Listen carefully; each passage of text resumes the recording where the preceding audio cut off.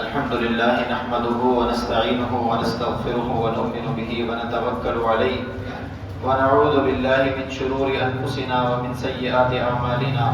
من يهده الله فلا مضل له ومن يضلله فلا هادي له ونشهد أن لا إله إلا الله وحده لا شريك له ونشهد أن سيدنا ومولانا محمدا عبده ورسوله أما بعد فأعوذ بالله من الشيطان الرجيم بسم الله الرحمن الرحيم الحمد لله رب العالمين الرحمن الرحيم مالك يوم الدين إياك نعبد وإياك نستعين صدق الله العلي العظيم ونحن على ذلك من الشاهدين والشاكرين والحمد لله رب العالمين. میرے معزز سامعین، اللہ رب العزت کا بے حد فضل اور کرم ہے کہ اللہ رب العزت نے ایک مرتبہ پھر ہمیں یہ رمضان المبارک اور اس کی برکتیں، رحمتیں اور مغفرتیں سمیٹنے کا موقع دیا ہے. یہ عنایت اور بخشش کوئی کم نہیں ہے. اس کا اندازہ صرف ایک اس بات سے ہی لگا لیجئے کہ نبی علیہ الصلوۃ والسلام معصوم تھے. کوئی گناہ کا ذرہ اور خیال بھی ان کے قریب سے بھی نہیں گزرتا تھا. اس کے باوجود نبی علیہ الصلوۃ والسلام 3 مہینے پہلے اللہ سے یہ دعا کیا کرتے تھے کہ اللہم بارک لنا فی رجب و شعبان وبلغنا رمضان. اے اللہ میرے رجب اور شعبان میں برکت عطا فرما اور مجھے خیر اور عافیت اور صحت کے ساتھ رمضان تک پہنچا. ہم تو دنیا کے حوادثات میں لگے ہوئے ہیں. اللہ رب العزت نے ہمیں ہماری زندگیوں کے اندر بغیر مانگے ہی ایک مرتبہ پھر یہ ماحول اور موقع عطا فرما دیا ہے. اس پر جتنا اللہ کا شکر ادا کریں کم ہے. دوسرا، اس مہینے کی بابت ایک بات اور ہے کہ جو بخاری اور مسلم میں حدیث مبارکہ آتی ہیں کہ اذا جاء رمضان فتحت ابواب الجنہ وغلقت ابواب النار، کہ اللہ رب العزت رمضان المبارک کے آنے کی وجہ سے جنت کے دروازوں کو کھول دیتے ہیں اور جہنم کے دروازوں کو بند کر دیتے ہیں. وصفدت الشیاطین ومرضت الجن، اور وسوسہ ڈالنے والے جنات کو بھی اللہ قابو میں کر لیتے ہیں. یعنی کہ ہمارے لیے ترغیب اور آسان ہو جاتا ہے نیک عمل کی طرف متوجہ ہونا. آج ہم نے اللہ کے فضل اور کرم سے رمضان المبارک کی پہلی تراویح ادا کی ہے اور اس پہلی تراویح میں ہم نے 1.25 سپارہ پڑھ لیا ہے. اس 1.25 سپارے میں اللہ رب العزت نے ہم سب کو بے شمار موضوعات اس تلاوت کے ذریعے علم منتقل کیا ہے. اور سب سے پہلے اس کی ابتدا سورہ فاتحہ سے ہے. سورہ فاتحہ کو ام الکتاب اور اساس القرآن بھی کہا جاتا ہے. ام الکتاب یعنی کہ اللہ رب العزت نے جو پورے کے پورے قرآن میں مضامین داخل کیے ہیں وہ اس سورہ فاتحہ کے اندر موجود ہیں. یعنی توحید، رسالت اور قیامت، یہ تینوں موضوع اس سورہ فاتحہ کی 7 آیتوں کے اندر اللہ رب العزت نے سما دیے ہیں. اور پھر اسی بنیاد پر فقہا کہتے ہیں، مفسرین کہتے ہیں کہ اللہ رب العزت نے یہ سورہ فاتحہ کو ہر نماز میں، ہر رکعت میں مقرر اس لیے کر دیا ہے تاکہ میں اور آپ پورے قرآن کے اس مضمون اور موضوع کو بار بار دیکھتے رہیں. یعنی توحید کے اوپر ہم لوگ پکے ڈٹے رہیں، جمے رہیں. رسالت یعنی نبی علیہ الصلوۃ والسلام کے طریقے پر رہیں. اور قیامت کا خوف ہمارے دلوں کے اندر ہر لمحہ اور ہر آن اور ہر گھڑی رہے. اس کی ابتدائی 2 آیات اور چوتھی آیت یہ ہم سب کو توحید پر متوجہ کرتی ہیں کہ الحمدللہ رب العالمین، کہ اللہ رب العزت کے لیے ہی تمام تعریفیں ہیں کہ جو تمام کے تمام عالموں کی تربیت کرنے والے ہیں. اور وہ اللہ رب العزت رحمان بھی ہیں اور رحیم بھی ہیں. اور اسی طریقے سے چوتھی آیت جو ہے ایاک نعبد و ایاک نستعین، کہ اے اللہ ہم تیری ہی عبادت کرتے ہیں اور تجھ ہی سے مدد مانگتے ہیں. اس میں کوئی اور درمیان میں چیز حائل نہیں ہے. ہمارے اور آپ کے درمیان میں کوئی واسطہ بھی نہیں ہے. ہم بلا مبالغہ، بلا واسطہ آپ سے مانگتے بھی ہیں اور آپ سے ہر چیز کی لو بھی لگا لیتے ہیں کہ آپ کے علاوہ کوئی اور اس کو کرنے والا نہیں. پھر اسی طریقے سے اهدنا الصراط المستقیم صراط الذین انعمت علیہم غیر المغضوب علیہم ولا الضالین، یہ جو آیات ہیں اس میں اللہ رب العزت نے وہ رسالت کی طرف بھی بات متوجہ کر دی ہے کہ اهدنا الصراط المستقیم، اللہ ہمیں سیدھے راستے کی طرف رہنمائی فرما دیجیے. یعنی ایسا راستہ جس پر آپ نے چلنے والوں پر انعام کیا ہے، اس راستے سے ہمیں بچا لیجیے کہ جس کے چلنے والوں کو آپ نے پکڑا ہے، گرفت کی ہے، غضب اور ناراضگی کا اظہار کیا ہے. پھر اس کے بعد جو ہے مالک یوم الدین، یہ قیامت سے متعلق ہم سب کو بتا رہی ہے کہ کل قیامت کے دن واقع ہونا ہے، اور اللہ رب العزت ہی اس دن کے مالک اور حاکم ہیں۔ اللہ رب العزت سے اگر ہم اپنے آپ کو دور کر لیں گے تو اس قیامت کے دن میں کہ جس دن اللہ رب العزت مالک ہوں گے، اور اس دن کوئی لا یتکلمون الا من اذن له الرحمن، کہ اس دن کوئی ایک لفظ بھی بولنے کی اجازت نہیں پا سکے گا مگر جس کو اللہ چاہے۔ تو یعنی اللہ کی حاکمیت بھی بتا دی ہے، اور اللہ قیامت کے مالک ہیں، قیامت کا ذکر بھی کر دیا ہے، اور ہم سب کو متوجہ بھی کر دیا ہے کہ اللہ رب العزت سے کبھی بھی غافل نہ ہونا۔ اس کے بعد یہ سورت بھی مکہ کے ابتدائی دور کے اندر نازل ہوئی ہے، اختلاف اپنی جگہ ہے، لیکن اس بات پر بھی اتفاق ہے کہ یہ سورہ فاتحہ جو ہے مکی ہے، اور بعض جو اختلاف کرتے ہیں وہ کہتے ہیں جی دونوں جگہ پر نازل ہوئی ہے، لیکن مکہ کے اندر نازل ہوئی اس بات کو ہی ترجیح حاصل ہے۔ اس کے بعد سورۃ البقرہ،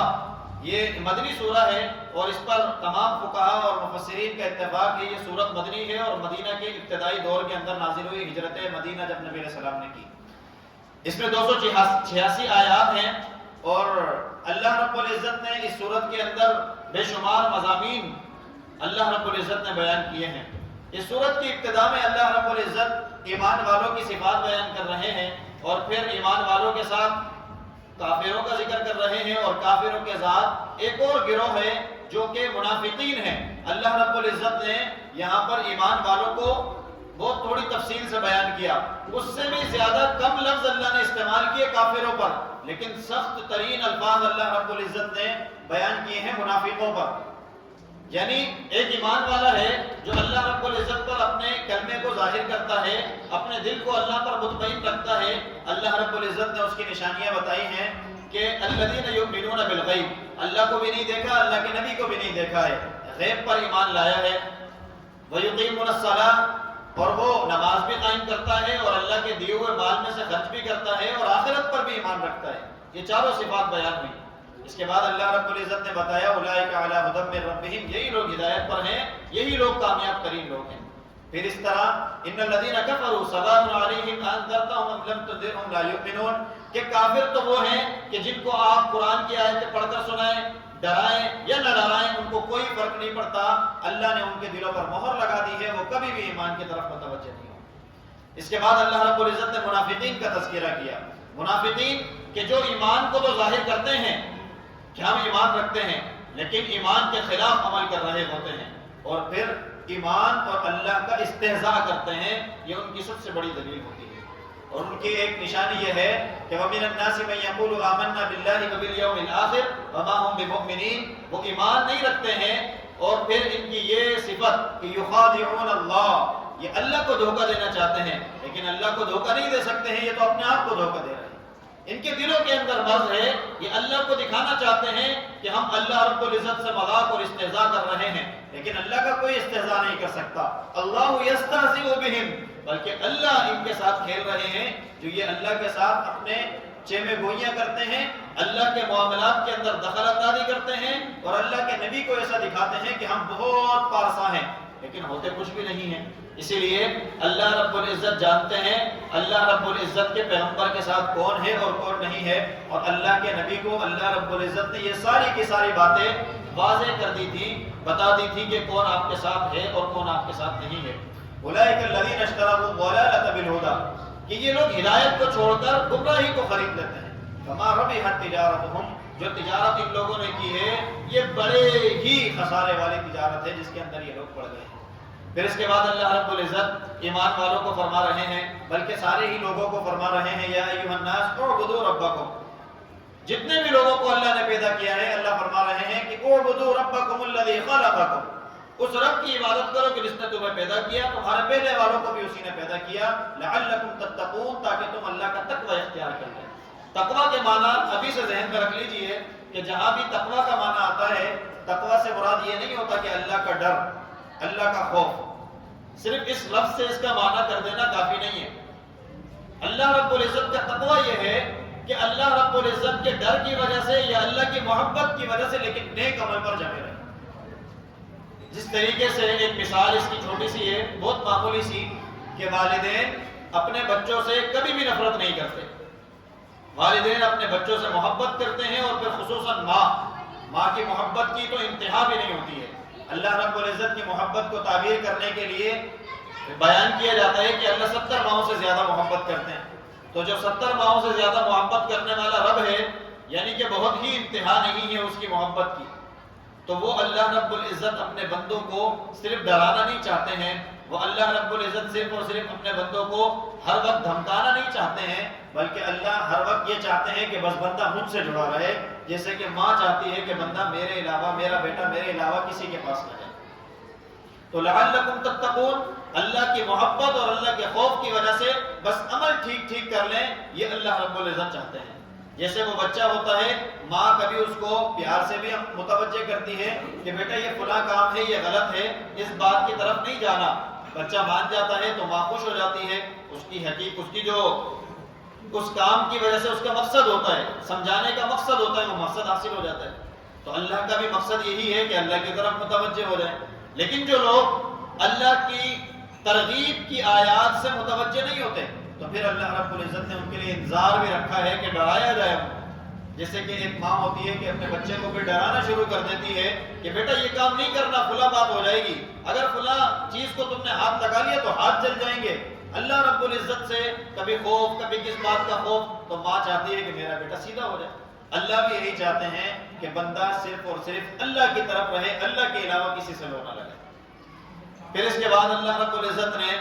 ان لوگوں کا تذکرہ کیا ہے کہ جن لوگوں نے اللہ رب العزت کی آیات کا انکار کیا ہے اور اللہ رب العزت کی آیات سے روگردانی اختیار کرتے ہیں، تو اللہ فرماتے ہیں کہ ان لوگوں نے بہت ہی بیکار تجارت کی ہے، ان لوگوں کو ان کا عمل کوئی فائدہ نہیں دے گا، بلکہ اعدت للکافرین، ان کے لیے تو اللہ نے جہنم کو تیار کیا ہے جس کے اندر یہ جلیں گے۔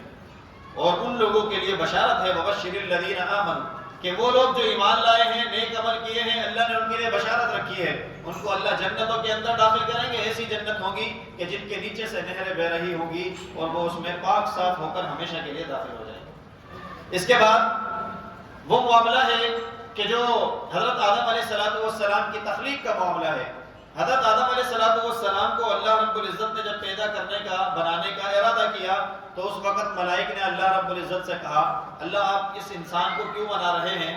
آپ کو عبادت کے لیے چاہیے اگر لوگ، تو ہم لوگ موجود ہیں، ہم فرشتوں میں جو سجدے میں ہیں مستقل سجدے میں ہیں، جو رکوع میں ہے مستقل رکوع میں ہے، جو قیام کرتا ہے مستقل قیام کرتا ہے، اور فرشتوں کی تعداد بھی اتنی ہے کہ کعبۃ اللہ کے اوپر بالکل جو بیت المعمور ہے 7ویں آسمان پر، اس کا یہ طواف کرتے ہیں، اور اتنے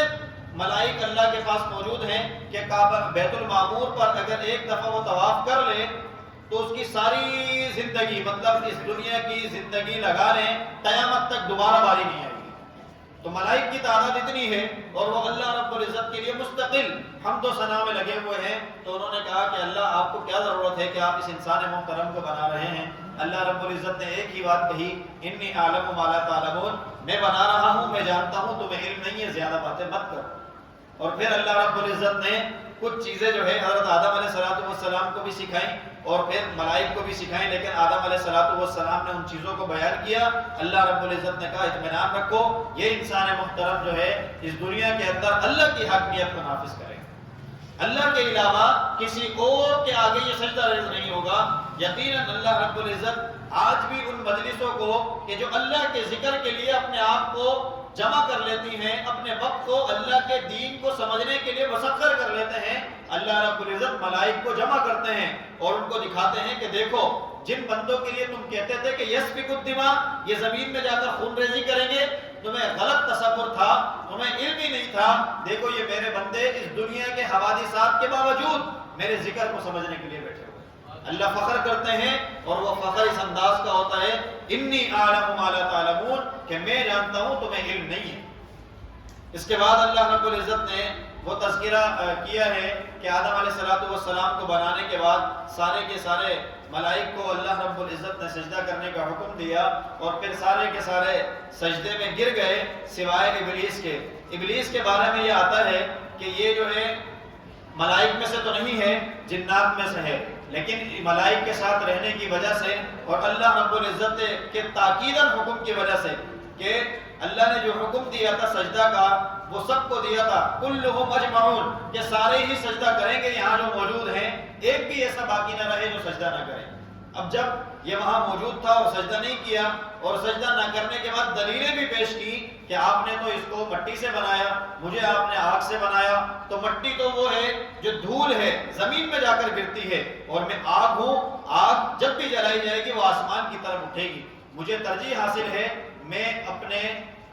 آپ کو سجدے کے لیے کسی کے آگے پیش نہیں کر سکتا، کیونکہ میں افضل ہوں، وہ غیر افضل ہے۔ اللہ رب العزت کے آگے جب دلیلیں پیش کی تو اللہ رب العزت نے اس کو راندہ درگاہ کر دیا، اور آج تک اللہ رب العزت اس کو قبول نہیں کر رہے، اور آج بھی وہ اللہ کے بندوں کو اللہ کے راستے سے دھتکارنے کی کوشش کرتا ہے، ہٹانے کی کوشش کرتا ہے۔ کیوں؟ کیونکہ اس نے اللہ سے کہا کہ اللہ میں آپ ہی کی قسم کھاتا ہوں، مجھے مہلت دیجیے، میں آپ کے بندوں کو آپ کے راستے سے ہٹاؤں گا۔ اللہ رب العزت نے فخریہ طور پر یہ بات کہی ہے، سورہ ہجر میں یہ بات آئے گی، ان عبادی لیس لک علیہم سلطان، کہ میرے بندوں پر تیرا کوئی بازی یا چال نہیں کام کرے گی، میرے بندے تو صرف اور صرف میری طرف ہی متوجہ رہتے ہیں۔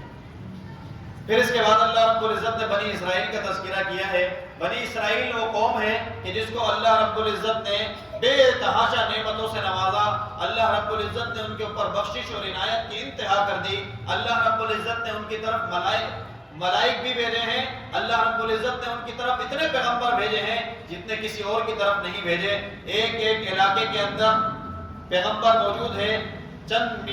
میل کے فاصلے پر بھی دوسرا پیغمبر موجود ہے، لیکن یہ پیغمبروں کی بات کو ماننے کے بجائے پیغمبروں کے سامنے دلیلیں پیش کرتے اور ان کو قتل کرنے کی سازشیں کرتے تھے۔ یہ کسی صورت اپنے راستے پر مستحکم نہیں رہے، حالانکہ اللہ رب العزت نے تو ان کو بڑا قریب رکھا تھا۔ اللہ فرماتے ہیں انی فضلتکم، میں نے تمہیں فضیلت دی تھی، میں نے تم سے ایک عہد اور وعدہ لیا تھا، تم نے اس وعدے کو بھی پورا نہیں کیا، تم نے تو اللہ کی آیات کو بیچنا شروع کر دیا۔ اللہ کی بات کچھ اور ہوتی تھی، تم کر کچھ اور رہے ہوتے تھے۔ لیکن اللہ رب العزت ایسے لوگوں کو کبھی بھی کامیاب نہیں کرتا جو اللہ کی عنایات اور بخشش کو ایسے ہی چھوڑ دیا کرتے ہیں اور اپنی منچاہی دنیا کے اندر زندگی گزار رہے ہوتے ہیں۔ اس لیے بنی اسرائیل کا تذکرہ کیا جا رہا ہے کہ ہم سب بھی اس بات کو اپنے ذہن نشین کر لیں کہ ہم لوگ بھی اللہ رب العزت کی نعمتوں کے اندر بالکل منہمک اور غرق ہیں۔ ہم اللہ کی نعمتوں کو گننا چاہیں تو نہیں گن سکتے، اسی لیے اللہ رب العزت نے ان کی تھوڑی بہت نعمتیں یہاں پر ذکر کی ہیں کہ اللہ رب العزت نے ان کو من و سلوہ دیا، اللہ رب العزت نے ان کو انبیاء کی ایک بہت لمبی تعداد دے دی، اللہ رب العزت نے تو ان کو فرعون سے نجات دی، اللہ رب العزت نے ان کے لیے فلاں کام کیا، فلاں کام کیا۔ یہ سارے انعامات گنانے کے بعد اللہ رب العزت نے پھر یہ بھی بتایا ہے کہ اللہ نے ان کو راندہ درگاہ کر دیا، بالکل اللہ نے دھتکار دیا۔ اب اللہ ان کی طرف فضیلت سے نہیں دیکھتے ہیں، فضیلت کی نگاہ سے بھی نہیں دیکھتے، اس لیے کہ مسلسل اللہ کی آیات اور اللہ کی بخشش اور عنایات کا یہ انکار کرتے رہے ہیں۔ اس کی ایک مثال کہ جب یہ لوگ وادی کے اندر موجود تھے اور اللہ رب العزت نے ان کے لیے من و سلوہ اتارا تھا، تو یہ من و سلوہ کے اندر اپنے آپ کو اچھا محسوس کروانے کے بجائے یہ کہنے لگے کہ ہم تو اس کے اوپر صبر نہیں کر سکتے، ہمیں تو سبزیاں چاہیے، ترکاری چاہیے، دال چاہیے، فلاں چیز چاہیے۔ یہ ادھر ادھر کے سوالوں میں پڑ گئے۔ اللہ رب العزت نے ان لوگوں کو بتایا قال تستبدلون الذي هو ادنى بالذي هو خير، تم اچھی چیز کو چھوڑ کر ادنا چیز کی طرف جا رہے ہو۔ اہبطوا مصرا، پھر اللہ نے ان کو حکم دیا کہ تم فلاں شہر کی طرف اتر جاؤ۔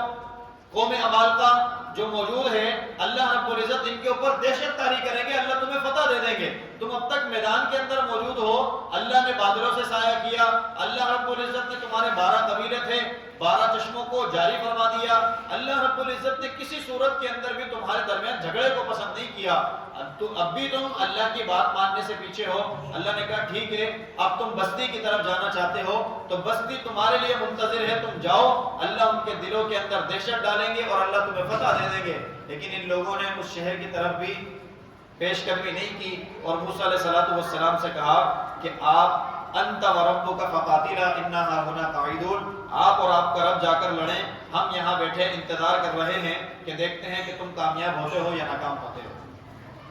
بہرحال موسیٰ علیہ السلام کو تو اللہ رب العزت نے کامیابی دی، لیکن ان لوگوں کو اللہ رب العزت نے پکڑ لیا۔ یہ لوگ پھر بچڑے کی عبادت بھی کر رہے تھے۔ یہ لوگ ان میں سے بعض گروہ ایسے تھے جو بعد الموت کا انکار بھی کر رہے تھے، یعنی قیامت کے دن ان کو اٹھایا جائے گا یا نہیں اٹھایا جائے گا، اس کے اندر یہ مسلسل شک میں تھے۔ ایک معاملہ یہ ہوا کہ ایک بھتیجے نے اپنے چچا جان کو قتل کر دیا، اور قتل کرنے کے بعد اس کی لاش کو اٹھایا اور دوسرے کے گھر کے آگے ڈال دیا، اور دعویٰ یہ کیا کہ میرے چچا جان کو فلاں بندے نے قتل کیا ہے اور اس کے گھر کے باہر لاش پڑی ہوئی ہے، لہذا یہ ثبوت ہے اس بات کا کہ اس نے میرے چچا کو قتل کیا۔ یہ قریب تھا کہ دونوں آپس میں لڑ جاتے، دونوں قبیلے والے لڑ جاتے، لیکن اللہ رب العزت نے موسیٰ علیہ السلام سے کہا کہ آپ ان کو بتائیے کہ یہ ایک گائے کو ذبح کریں، اور اس ذبح کرنے کے بعد اس کے گوشت کا ٹکڑا میت سے لگائیں تو میت خود اٹھے گی اور ان کو بتا دے گی کہ کس نے اس کو قتل کیا ہے۔ چونکہ یہ خود ہی قاتل تھا جو کہ دعویٰ کر رہا تھا، یہ کہاں عمل کرنے والا تھا، اس نے تو اس کے اندر سوالات کرنا شروع کیے کہ جو گائے ذبح کرنی ہے وہ کیسی ہونی چاہیے، اس گائے کی صفات کیا ہونی چاہیے، اس کا رنگ کیسا ہونی چاہیے، وہ کس طرح کے رنگ کی ہو، اور کیا وہ باقرہ ہو، سیبہ ہو، بچہ اس نے جنا ہو یا نہ جنا ہو، کھیت میں کام کیا ہو یا نہ کیا ہو۔ جب اتنے سوالات کیے تو اللہ رب العزت نے اس دوران ایک بچے کی بھی مدد کرنی چاہیے کہ جو بچہ بہت ہی غریب اور مفلس تھا، اللہ رب العزت نے وہ ایک گائے جو اس کے پاس بچے کے پاس موجود تھی، اس کے اوصاف سارے بیان کیے، یہ سارے اس کے پاس پہنچے اور اس گائے کو ذبح کر اس نے جو شرط لگائی تھی کہ اس کی کھال کے اندر جتنا مال اور سونا اور زیورات آئیں گے وہ اس کی قیمت ہوگی، وہ بھی اللہ رب العزت نے، چونکہ مال کے لیے قتل تھا، اللہ رب العزت نے اس سے بھی ان کو محروم کیا۔ دوسری طرف یہ لوگ بچڑے کی عبادت کرتے تھے تو اللہ نے یہ دکھایا کہ بچڑا عبادت کے لائق نہیں ہے، یہ تو ذبح ہونے کے قابل ہے۔ تیسری طرف اللہ رب العزت نے ایک اور چیز ان کو بتائی کہ دیکھو یہ گوشت کا ٹکڑا تم میت سے لگا رہے ہو، یہ میت زندہ ہو رہی ہے، تو کل قیامت کے دن اللہ رب العزت سارے کے سارے انسانوں کو دوبارہ زندہ کریں گے۔ اللہ رب العزت اس بات پر بطریق اولا قادر ہیں۔ ایک معاملے میں اللہ نے تینوں چیزوں کو وعدہ کر دیا۔ پھر اس کے بعد یہ جو ملائک ہیں، ان سے متعلق ان کے عقیدے بڑے خراب تھے۔ یہ کہتے تھے کہ ملائک اللہ کی بیٹیاں ہیں، کوئی کہتا کہ ملائک فلاں ہیں اور فلاں ہیں، اور کوئی دشمنی رکھنے لگ گیا ملائک سے۔ کل من کان عدوا لجبریل ومیکائیل فإن اللہ عدو للکافرین۔ اللہ رب العزت نے بتایا کہ دیکھو جبرائیل، میکائیل یا کسی کے بھی تم اگر دشمن ہو ملائک میں سے تو تم اللہ کے دشمن۔ من کان عدوا للہ وملائکتہ ورسلہ وجبریل ومیکائیل فإن اللہ عدو للکافرین۔ تو ان کافروں کے اللہ بھی دشمن ہیں۔ یہ سارے کے سارے مستقل اس بات پر جمے رہے اور یہ ہٹ درمی پر برقرار رہے۔ جب اپنی ہٹ درمی پر برقرار رہے تو اللہ رب العزت نے ان کو ایک اور فتنے کے اندر گھیر لیا۔ وہ فتنہ یہ تھا کہ جادوگری کے اندر ان لوگوں کو بڑا شوق بڑھا کہ جادوگری سیکھنی چاہیے، اور اس جادو کے ذریعے ہم لوگ کیا کریں گے، میاں اور بیوی کے درمیان جدائی کر دیں گے کہ دو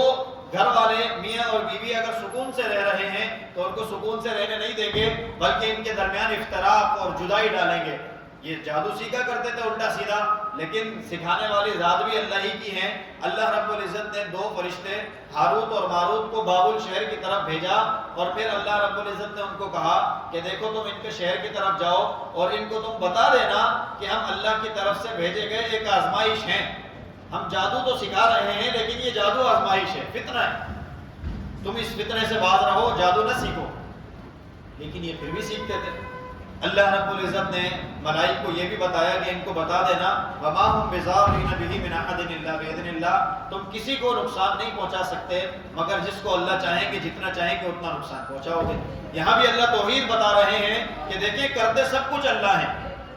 اللہ کے علاوہ کوئی ایک شخص بھی دنیا کے اندر پتہ ہلانے کی بھی طاقت نہیں رکھتا ہے۔ تو ہم یہ جادوگری جتنی بھی ہے دنیا کے اندر سمجھتے ہیں کہ میرے کاروبار کے اندر بندش ہو گئی، میرے فلاں معاملے میں مسئلہ ہو گیا، میں فلاں کی وجہ سے ایسا ہو رہا ہوں، ایسا کچھ بھی نہیں ہوتا۔ دیکھیں ہم لوگ اپنا عقیدہ مضبوط کریں، توحید یہی ہے کہ رزق دینے والا اللہ ہے، رزق لینے والا بھی اللہ ہے، بادشاہت دینے والا بھی اللہ ہے، بادشاہت واپس لینے والا بھی اللہ ہے۔ عزت دینے والا بھی اللہ ہے، ذلت دینے والا بھی اللہ ہے۔ جب سب چیزوں کا مالک اللہ ہے تو اس جادوگری کو کیا عمل دخل ہے؟ اسی طریقے سے سورہ لقمان کی آخری آیت میں اللہ رب العزت نے بتایا ہے کہ اللہ رب العزت جانتے ہیں تم کیا کماؤ گے، اللہ جانتے ہیں بارش کب برسے گی، اللہ جانتے ہیں کہ کیا پیدا کرنے والی ہے ایک ماں، اللہ رب العزت جانتے ہیں کہ انسان کس زمین میں جا کر کس جگہ پر کس حالت میں مرے گا۔ تو پھر جب سب کچھ علم اللہ کو ہے، اللہ کرنے والے ہیں، تو پھر جادو کی کیا حیثیت ہے؟ جادو کی کوئی حیثیت نہیں ہے۔ اس کے بعد اللہ رب العزت نے ان کے ایک اور معاملے کو ذکر کیا کہ ان کو اللہ رب العزت نے کہا کہ تم اپنے پیغمبر کو کہتے ہو کہ رائنا رائنا رائنا، یعنی چرواہے کے الفاظ تم اپنے پیغمبر کے لیے استعمال کرتے ہو، جبکہ اللہ نے تو تمہیں سکھایا تھا کہ تم ہماری رعایت کریں، رائنا، لیکن یہ رائنا نہیں کہتے تھے، رائنا رائنا یعنی کہ اے چرواہے۔ اللہ رب العزت نے کہا لیکن تم یہ کہا کرو انظرونا، اس لفظ کو چھوڑ دو کیونکہ تم ہر چیز کے اندر کوئی نہ کوئی رد و بدل کر دیتے ہو، لہذا انظرونا نہ کہا کرو کہ اے پیغمبر ہماری طرف دیکھ لیجئے۔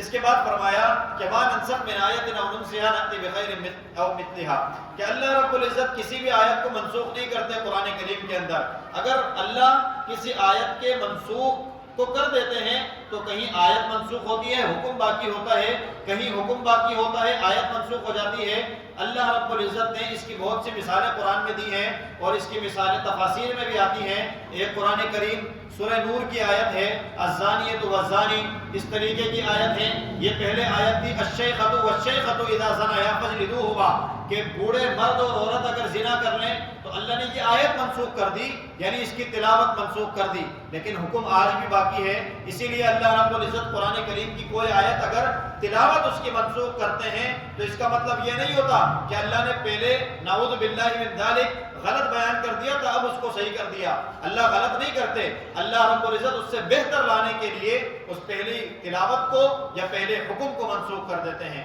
اس کے بعد اللہ رب العزت بیان فرما رہے ہیں تحویل قبلہ کے معاملے کو، لیکن اس دوران ایک اور معاملہ ہے، وہ یہ ہے کہ یہ یہود اور نصارہ یہ کبھی کہتے ہیں کہ نہ نصارہ حق پر ہیں، نصارہ کہتے ہیں یہود حق پر نہیں ہیں، یہود کہتے ہیں نصارہ حق پر نہیں ہیں۔ اس کے مثل اور بھی بہت ساری باتیں ہیں اور یہ ایک دوسرے کو کافر ہونے کا لیبل لگا رہے ہوتے ہیں۔ ان کو بتا دو کہ فاللہ یحکم بینکم یوم القیامہ، یہ اللہ رب العزت کل قیامت کے دن فیصلہ کریں گے کہ کون تم میں حق پر ہے اور کون حق پر نہیں ہے، تمہیں جھگڑنے کی کوئی ضرورت نہیں ہے۔ یہی معاملہ آج میرے اور آپ کے لیے بھی ہے کہ ہم لوگ دنیا میں کسی ایک شخص پر بھی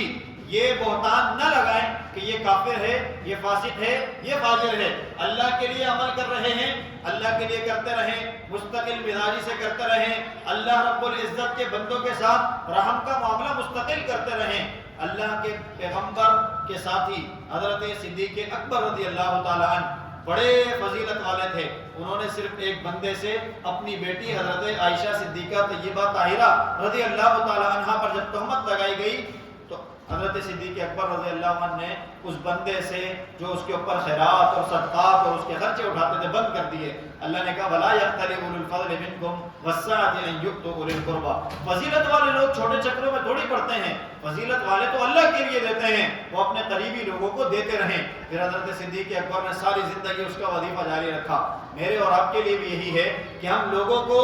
لوگوں کی وجہ سے نہ دیں، ہم اس وجہ سے نہ دیں کہ وہ میرا ساتھ دے گا، ہم اس وجہ سے دیں کہ میرا اللہ راضی ہوگا۔ یہی ایمان کی تکمیل کی علامت ہے من احب للہ وابغض للہ واعطى للہ ومنع للہ فقد استکمل الایمان، کہ تم میں سے اگر جو اللہ کے لیے آپس میں محبت رکھتے ہیں، اللہ کے لیے ہی ایک دوسرے سے اگر نفرت رکھتے ہیں، ناراضگی رکھتے ہیں، تم میں سے بعض ایسے ہیں جو اللہ کے لیے لوگوں کو دیتے ہیں، تم میں سے بعض ایسے ہیں جو اللہ کے لیے لوگوں کو دینے سے رک جاتے ہیں، فقد استکمل الایمان، ایسے لوگوں کا ایمان کامل ہو گیا ہے۔ میں اور آپ سب جانتے ہیں کہ آج جو ہمارے اس ماحول کے اندر اس بیماری نے کہ تو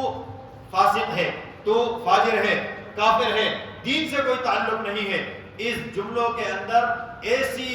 حماقت اور ایسی غلاظت موجود ہے جو ہمیں ٹکڑے ٹکڑے کر رہی ہے، تقسیم کر رہی ہے۔ آج اگر امت مسلمہ کے اوپر یہ کافر اس نگاہ سے دیکھ رہے ہیں جیسے لقمہ طرا دسترخوان کے اوپر کھانا موجود ہو اور بھوکے اس کے اوپر برس رہے ہوں، یہ کافر مسلمانوں کو اس نگاہ سے دیکھ رہے ہیں۔ اس کی بنیادی وجہ یہی ہے کہ ہم لوگ آپس میں ٹکڑے ٹکڑے ہو رہے ہیں۔ ان باتوں میں نہ پڑیں، یہ اللہ کے معاملے ہیں کہ کون جنتی ہے اور کون جہنمی ہے۔ میں اور آپ تو صرف اور صرف اللہ کے لیے عمل کرنے والے بن جائیں۔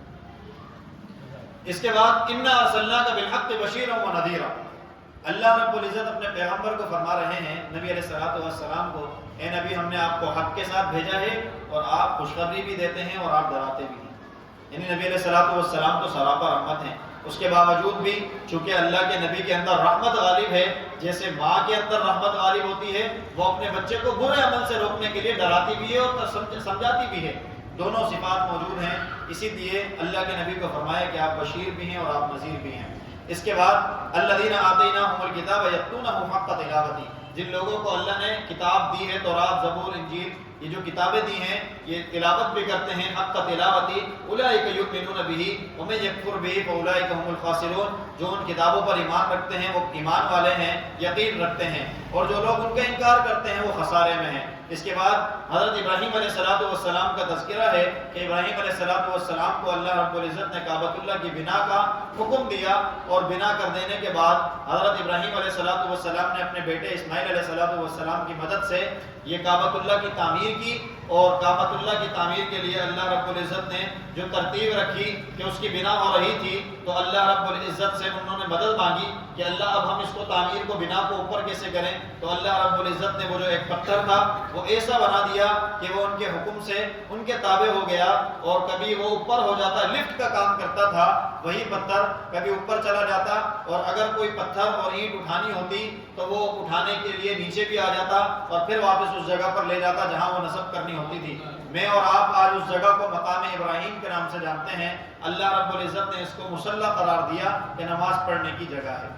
اس کے بعد ابراہیم علیہ السلام نے دعائیں کی ہیں، ربنا وجعلنا مسلمین لک ومن ذریتنا امۃ مسلمۃ لک وارنا مناسکنا وتب علینا انک انت التواب الرحیم، اللہ ہمیں مسلمان تابع دار بنا دیجئے، اللہ ہماری امت کو بھی ایسا ہی بنا دیجئے، اور ہمیں مناسک اس کے آداب اور شرائط سکھا دیجئے، وتب علینا، اللہ ہماری طرف رجوع کر لیجئے، انک انت التواب الرحیم، آپ بہترین رحم کرنے والے ہیں۔ ربنا وبعث فیہم رسولا منہم یتلو علیہم آیاتک، پھر ابراہیم علیہ السلام نے دعا کی، اللہ جس پیغمبر برحق کو آپ بھیجنا چاہتے ہیں وہ میری نسل میں بھیج دیجئے، اور اللہ رب العزت نے وہ دعا قبول کی ہے۔ اسماعیل علیہ السلام بنا میں شامل تھے۔ ابراہیم علیہ السلام کی اولاد دو حصوں میں تقسیم ہے کہ ابراہیم علیہ السلام کے ایک بیٹے تو اسحاق ہیں جو سارہ سے ہیں، اور دوسرے حضرت اسماعیل ہیں جو بی بی ہاجرہ سے ہیں۔ اللہ رب العزت نے جو سارا بنی اسرائیل کا نسب چلایا ہے وہ حضرت اسحاق سے یعنی سارہ کے بیٹے سے چلایا ہے، اور جو سارا کا سارا میرے اور آپ کا نسب ہے جو حضرت محمد رسول اللہ صلی اللہ علیہ وسلم تک جاتا ہے وہ حضرت بی بی ہاجرہ کے بیٹے حضرت اسماعیل علیہ السلام سے جاری کیا ہے۔ یہ سارے کے سارے پیغمبر ایک طرف بنی اسرائیل کے، اور یہ محمد الرسول اللہ ایک طرف ہیں، سارے پیغمبروں کی فضیلت ایک طرف، اور میرے اور آپ کے نبی حضرت محمد الرسول اللہ صلی اللہ تعالی علیہ وسلم کی فضیلت ایک طرف ہے کہ بنی اسرائیل کے پیغمبروں نے اس امت کے اندر امتی بننے کی اللہ سے دعائیں کی ہیں۔ یہ وہ دعا ہے کہ جو اللہ کے پیغمبر حضرت ابراہیم خلیل اللہ نے اللہ سے کعبۃ اللہ کی بنا کے وقت کی تھی۔ اس کے بعد اللہ رب العزت نے تحویل قبلہ کا معاملہ بیان کیا ہے کہ جو تحویل قبلہ یہ ہے کہ پہلے اللہ کے نبی کو حکم ہوا کہ آپ القدس کی طرف منہ کر کر نماز پڑھتے رہیے، لیکن نبی علیہ السلام کا دل جو ہے وہ اسی کعبۃ اللہ کی طرف تھا، کیونکہ حضرت ابراہیم خلیل اللہ جن کو ابو الانبیاء بھی کہا جاتا ہے ان کی طرف نسبت تھی کعبۃ اللہ کی، تو چاہتے تھے کہ کعبۃ اللہ کی طرف منہ کر کر نماز پڑھیں، لیکن چونکہ اللہ کا حکم تھا نماز القدس کی طرف منہ کر کر پڑھنی پڑتی تھی، لیکن اللہ کے نبی بار بار اللہ کی طرف منہ اٹھا کر دیکھا کرتے تھے کہ کب اللہ کی طرف سے حکم آتا ہے اور یہ حکم تبدیل ہو جائے اور ہم مسجد حرام کی طرف کعبۃ اللہ کی طرف منہ کر کر نماز شروع کر دیں۔ اللہ رب العزت نے اللہ کے نبی کی اس ادا کو قرآن کریم میں بیان کیا کہ آپ بار بار اپنے چہرے کو اٹھاتے ہیں اور دیکھتے ہیں کہ اللہ کا حکم کب آتا ہے، تو پھر آج سن لیجیے فَوَلِّ وَجْهَكَ شَطْرَ الْمَسْجِدِ الْحَرَامِ، آپ اپنے منہ کو مسجد حرام کی طرف پھیر لیجئے۔ وہ مسجد قبلتین جو حاجی جاتے ہیں دیکھتے ہوں گے کہ جہاں پر یہ تحویل قبلہ کا معاملہ ہوا، اور پھر صورت کیا بنی، نماز کے دوران ہی اللہ کے نبی نے تحویل قبلہ کے لیے اتنے اللہ کے نبی دلچسپی اپنے اندر طلب رکھتے تھے کہ نماز سے فراغت کا بھی انتظار نہیں کیا، نماز کے دوران ہی سارے کے سارے صحابہ، اللہ کے نبی نے اس طرف منہ پھیرا تو سارے کے سارے صحابہ نے بھی اس طرف منہ پھیر لیا۔ اس کے بعد بتایا کہ دیکھیں مشرق اور مغرب یہ سب اللہ کے ہیں، آپ مشرق کی طرف منہ کر کر پڑھیں یا مغرب کی طرف منہ کر کر پڑھیں، سجدہ تو اللہ کے حکم کو کیا جاتا ہے، نہ کہ مشرق کو یا مغرب کو۔ اس دوران ایک اور بات سمجھ لیجئے، اللہ رب العزت بتاتے ہیں کہ تم امت وسط ہو لتکونوا شہداء علی الناس۔ یہ بہت بڑی فضیلت ہے اس امت کے ایک ایک فرد کے لیے کہ جو ہمارے اوپر ایسا ستارہ امتیاز لگا ہوا ہے کہ ہم جس کے لیے اللہ کے آگے سجدے میں پڑے رہیں تو یہ ناکافی ہوگا۔ وہ یہ ہے کہ اللہ رب العزت نے ہمیں امت وسط بنایا۔ کیا امت وسط؟ کہ تمام کے تمام پیغمبروں کو جب ان کی امتیں کل قیامت کے دن حشر کے میدان میں جھٹلائیں گی کہ اللہ نوح نے تو دعوت نہیں پہنچائی ہے، نوح علیہ السلام کے متعلق تو ہم جانتے ہیں کہ الف سنۃ الا 50 عاما، کہ 950 سال تبلیغ کی۔ روایات بتاتی ہیں کہ زیادہ سے زیادہ 80 لوگ ایمان لائے اور کم سے کم 13 لوگ ایمان لائے۔ تو 950 سال کے اندر 80 اور 13 لوگ، ان کی جرت، استقامت اور حلم کو سلام ہے کہ 950 سال دعوت دیتے رہے۔ لیکن پھر اللہ رب العزت نے ان کو کہا کہ نہیں بس اب بہت ہو چکی ہے، اور پھر انہوں نے اللہ سے دعا کی کہ اللہ ان کو ختم کر دیجئے، کہ اگر ان تذرہم یضلوا عبادک، اگر ان کو آپ نے چھوڑا تو یہ آپ کے بندوں کو گمراہ کر دیں گے۔ اللہ رب العزت نے ان کی دعا کو قبول کیا تھا اور صرف انہی لوگوں کو باقی رکھا تھا جو ان کی کشتی کے اندر ایمان والے موجود تھے۔ بہرحال اس طریقے سے دیگر انبیاء بھی ہیں کہ جنہوں نے اپنی دعوت برحق کو لوگوں تک پہنچایا لیکن لوگوں نے نہیں مانا ہے۔ وَيَقْتُلُونَ النَّبِيِّينَ بِغَيْرِ الْحَقِّ، ان بنی اسرائیلیوں نے تو انبیاء کو قتل کرنے کی سازشیں کی ہیں۔ بہرحال ہم لوگ کل قیامت کے دن اس بڑے میدان کے اندر اس امت محمدیہ کا ایک ایک فرد کھڑا ہو کر کہے گا اللہ یہ سارے لوگ جھوٹ بول رہے ہیں، ان کے پیغمبروں نے ان کو دعوت برحق پہنچائی نہیں ہے، حق ادا کیا ہے، انہوں نے انبیاء کو قتل کیا ہے، انبیاء نے ان کے اوپر اپنی زندگیاں کھپائی ہیں، اپنی اولاد کو قربان کیا ہے، یہ جھوٹ بول رہے ہیں۔ لوگ کہیں گے اللہ ان لوگوں کو کیا پتا، یہ تو ہمارے بہت بعد آئے ہیں، انہیں کوئی علم نہیں ہے، یہ لوگ جھوٹ بول رہے ہیں۔ یہ امت محمدیہ اس کے لیے شرف ہے کہ ہمارے اور آپ کے پیغمبر حضرت محمد رسول اللہ صلی اللہ تعالی علیہ وسلم ہم پر گواہی دیں گے وَيَكُونَ الرَّسُولُ عَلَيْكُمْ شَهِيدًا، کہ اللہ میری امت جھوٹ نہیں بولتی ہے، میری امت جو کہہ رہی ہے وہ سچ کہہ رہی ہے، یہ ساری تعلیمات میں نے ان کو پہنچائی ہیں۔ ان هو الا وحی یوحی، اور میں نے جو بات کہی ہے وہ وحی ہے، اور وہ بات ساری کی ساری آپ نے مجھے بتائی ہے۔ اللہ کو تو معلوم ہے، لیکن اللہ رب العزت صرف اور صرف یہ سارا کا سارا ماحول بنائیں گے میرے اور آپ کے نبی اور ہماری اس امت کی شان دکھانے۔ اس کے بعد ایک اور معاملہ وہ یہ ہے کہ اللہ رب العزت اس امت کو حکم دے رہے ہیں کہ یا ایھا الذین آمنوا استعینوا بالصبر والصلاۃ، ایمان والو تمہارے پاس دو بہت بڑی اللہ نے چیزیں دے دی ہیں، صبر اور نماز، ان دو کے ذریعے اللہ سے مدد طلب کیا کرو۔ اب ہم جتنے بھی ذرائع استعمال کرتے ہیں اگر اسباب کے درجے میں استعمال کرتے ہیں تو اس کا کوئی مسئلہ نہیں ہے، اس سے ہمارے نہ ایمان کو فرق پڑتا ہے نہ قرآن کی تعلیمات کو کوئی فرق پڑتا ہے۔ لیکن اگر ہم کوئی چیز اس درجے میں اپناتے ہیں کہ اگر یہ نہیں اپنائی تو میرا رب مجھ سے تعلق نہیں رکھے گا، انتہائی غلط تعبیر ہے، انتہائی غلط عمل ہے، انتہائی غلط طریقہ ہے۔ اللہ رب العزت نے تو بندے اور اپنے درمیان کوئی چیز رکھی ہی نہیں ہے۔ کل ہم آیات پڑھیں گے وَإِذَا سَأَلَكَ عِبَادِي عَنِّي فَإِنِّي قَرِيبٌ، کہ جب میرے بندے آپ سے میرے بارے میں سوال کریں تو ان کو بتا دینا میں ان کے بہت قریب ہوں۔ اسی لیے نماز اللہ کے بہت قریب کرنے والی ایک ہمارے پاس چیز ہے، اور صبر مانگنا تو نہیں چاہیے اللہ سے دعاؤں میں، اس لیے کہ صبر تو ہوتا ان چیزوں پہ ہے جس میں انسان کے اوپر مشقت یا بوجھ آ رہا ہو۔ صبر مانگیں گے تو اس کا مطلب ہے کہ اللہ سے مشقت یا بوجھ مانگ رہے ہیں، مانگنا نہیں چاہیے۔ ہاں البتہ کوئی پریشانی ہے، کوئی مصیبت ہے تو پھر اللہ سے دعا کریں کہ اللہ اس فلاں معاملے کے اندر ہمیں صبر اور استقامت عطا فرما دیجیے۔ اس کے بعد اللہ رب العزت نے ان لوگوں سے متعلق کہ جو اللہ کی راہ میں شہید کر دیے جاتے ہیں فرمایا ہے کہ یہ مردہ نہیں ہے، ان کو مردہ تصور نہ کرو، بلکہ یہ زندہ ہیں اور اللہ رب العزت ان کو رزق دے رہے ہیں، تمہیں شعور نہیں ہے۔ اور یہ اس کی دلیل احادیث میں بے شمار روایات موجود ہیں کہ یہ جو شہید لوگ کل قیامت کے دن اٹھیں گے تو ان کا خون ویسے ہی جاری ہوگا جیسا کہ یہ دنیا سے جاتے وقت اپنے خون کو اللہ کے لیے قربان کر کر چلے گئے تھے اور بہہ رہا تھا۔ کل قیامت کے دن جب یہ اٹھیں گے تو خون بہہ رہا ہوگا اور مشک اور زعفران کی خوشبو اس سے مہک رہی ہوگی۔ اس کے بعد اللہ رب العزت فرماتے ہیں وَلَنَبْلُوَنَّكُمْ بِشَيْءٍ مِّنَ الْخَوْفِ وَالْجُوعِ وَنَقْصٍ مِّنَ الْأَمْوَالِ۔ دیکھیں اللہ رب العزت نے ایمان والوں کو آزمائش ہر وقت دی ہے۔ یہ جو دو تذکرے پہلے گزرے ہیں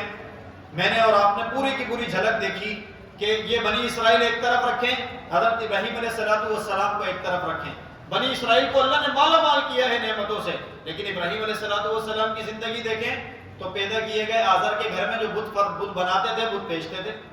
لیکن وہاں بھی کبھی بھی ایسے نہ رہے کہ جو ایمان سے غافل ہوں، بلکہ ایمان کی طلب میں نکل گئے اور اپنے والد کے سامنے کلمہ حق بلند کیا، بتوں کو توڑا اور پھر تلاش کیا اور اللہ رب العزت کو پایا۔ اور اس کے بعد بستی والوں نے نکال دیا اور پھر نمرود سے مکالمہ ہوا ہے، آگ میں ڈال دیے گئے، لیکن وہ آتش بارد کہ جو اللہ نے حکم دیا کہ بردًا و سلاما علی ابراہیم، ابراہیم پر سلامتی والی ہو جا۔ پھر یہ ابراہیم علیہ السلام کی اولاد ہوتی ہے،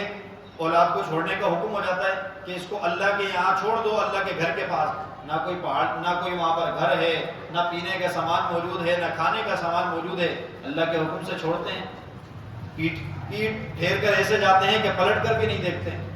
آج میں اور آپ وہ ادائیں حج کے موقع پر زندہ کر رہے ہوتے ہیں۔ اسی طریقے سے حضرت ابراہیم علیہ السلام واپس آئے، اسماعیل علیہ السلام بڑے ہو چکے تھے، ابا جان کو پکار رہے تھے، ابا جان سے باتیں کر رہے تھے اور ہاتھ پکڑ کر چل رہے تھے۔ یہ وہ لمحہ ہوتا ہے کہ جب اولاد اپنے والد کے ساتھ اس کی انگلی پکڑ کر چلنا اور بات کرنا شروع کر دے تو اس کی محبت بہت بڑھ جاتی ہے، انتہا نہیں رہتی ہے۔ وہ والد اپنے اس بچے کی جدائی برداشت نہیں کرتا، لیکن اللہ نے حکم دیا کہ آپ ذبح کر دیجئے۔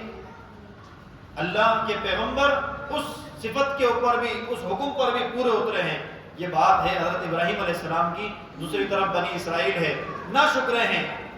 اللہ رب العزت نے دکھایا کہ دیکھو ناشکری کا انجام کیا ہے، فضلتکم، اللہ نے ان کو فضیلت دی تھی لیکن اب فضیلت واپس لے، لیکن ابراہیم علیہ السلام کو اللہ نے ایسی فضیلت دی کہ انبیاء کا سلسلہ ان کی نسلوں میں چلا دیا۔ اور پھر ابراہیم علیہ السلام کو اللہ نے خلیل ہونے کا مقام دیا۔ اللہ ہمیں بھی یہی حکم دے رہے ہیں کہ دیکھیں ایمان والے پریشان نہ ہو، نبلونکم بشیء من الخوف، کبھی اللہ خوف سے تمہیں آزمائیں گے اور کبھی اللہ مال کم کر کے تمہیں آزمائیں گے، کبھی مال دے کر بھی آزما دیں گے، کبھی اللہ تمہارے پیاروں کو اپنے پاس بلا کر بھی آزمائیں گے، لیکن یہ ساری کی ساری چیزیں اللہ ہی کی ہیں۔ قالوا انا للہ و انا الیہ راجعون، جب مصائب آیا کریں تو یہ کہہ دیا کرو ہم سب ہی اللہ کے ہیں، اللہ ہی کی طرف چلے جائیں گے، اللہ ہی کی طرف ہم سب نے لوٹنا ہے۔ پھر اس کے بعد اللہ رب العزت دو شعائر کا تذکرہ کر رہے ہیں، صفا اور مروہ، کہ یہ صفا اور مروہ یہ اللہ کے شعائر میں سے ہیں، ان میں کوئی بھی ایسا مسئلہ نہیں ہے۔ یہ کافر جو تھے اپنے دو بتوں کو لیا اور صفا اور مروہ پر رکھا ہوا تھا، تو جب مسلمانوں نے یہ عمل شروع کیا تو لوگ اعتراض کیا کرتے تھے شاید وہی عمل کر رہے ہیں۔ اللہ رب العزت نے بتایا کہ یہ تو اللہ کے شعائر ہیں جو اللہ نے زندہ رکھے ہوئے ہیں، اس میں کوئی ایسا مسئلہ نہیں ہے۔ اس کے بعد فرمایا کہ الہکم الہ واحد، کہ تم سب کا معبود ایک ہی ہے، اس اللہ وحدہ لا شریک، لا الہ الا هو الرحمن الرحیم، اس کے علاوہ کوئی عبادت کے لائق نہیں ہے، وہ رحمان بھی ہے اور رحیم بھی ہے، یعنی دنیا میں بھی تم پر رحم کرتا ہے اور آخرت میں بھی تم پر رحم کرے گا۔ اس کے بعد ان فی خلق السماوات والارض واختلاف اللیل والنہار والفلک التی تجری فی البحر، اللہ کی جتنی بھی مخلوقات ہیں ان سب کے اندر تمہارے لیے نشانیاں ہیں۔